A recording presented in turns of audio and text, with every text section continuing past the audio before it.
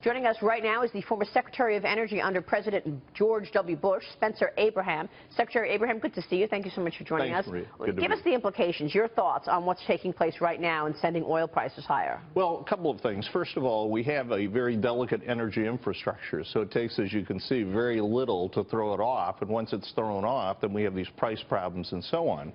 We'll have to see. This was originally underestimated, and it looks a lot worse than initially planned, which could lead to these price increases. So you do think gasoline prices are going higher then? I think they will, unless one option would be if the president, if the administration were to grant an emergency waiver to the Jones Act, which would then let non-U.S. ships tank oil from one U.S. port to another. Right now that's prohibited except when there's an emergency like a hurricane or something.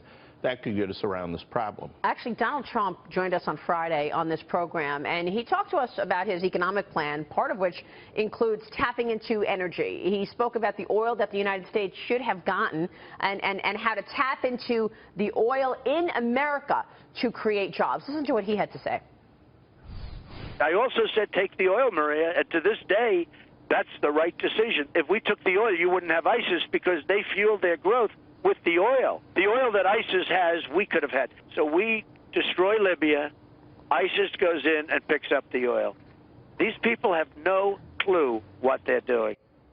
Do you agree with that we could have had an opportunity to take oil from Libya? Well, obviously it was a choice that was on the table, but I think the more immediate choice for the next president is whether or not we're going to develop our own resources here at home. America's got abundant supplies. The current administration and EPA and others have put a lot of constraints on tapping into it. So I think whoever the next energy secretary is ought to, day one, be prepared to open the Keystone Pipeline, try to do other things to try to make more domestic oil and product available. That's what Trump wants to do.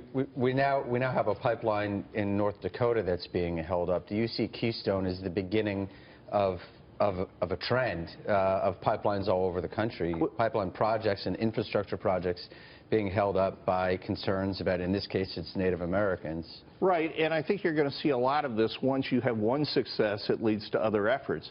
At the end of the day, the infrastructure is critical to energy security, and unless we enlarge and modernize the infrastructure, all you're going to see are more of these breakdowns like we opened the show with, where a minor injury to a pipeline can cause catastrophic results. Mr. Secretary, with regard to security, energy and security, in view of the recent terrorist attacks and what may come, do you see a lot of security mechanisms now being put in place? And then we have a problem in this country.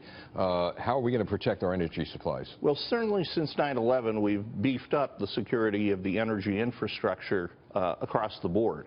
But I think we're seeing now that on a variety of fronts there's vulnerabilities. And the one I'd highlight for you is the cybersecurity threat to our whole electricity grid. You probably heard a lot of people on your show talk about this, but I think the next energy secretary is going to need to make a priority out of focusing on that kind of threat as well as nuclear security threats. And both of those are under the Department of Energy, so it's going to be a major... Is that the kind of threat that ISIS is capable of undertaking, or are we talking more about the Chinese or the Russians doing something? Well, as people get more sophisticated and as hackers get more clever, even ones without a lot of equipment and money and resources, who knows where it's going to come from. But it better be high on the priority list of the next president's energy policies.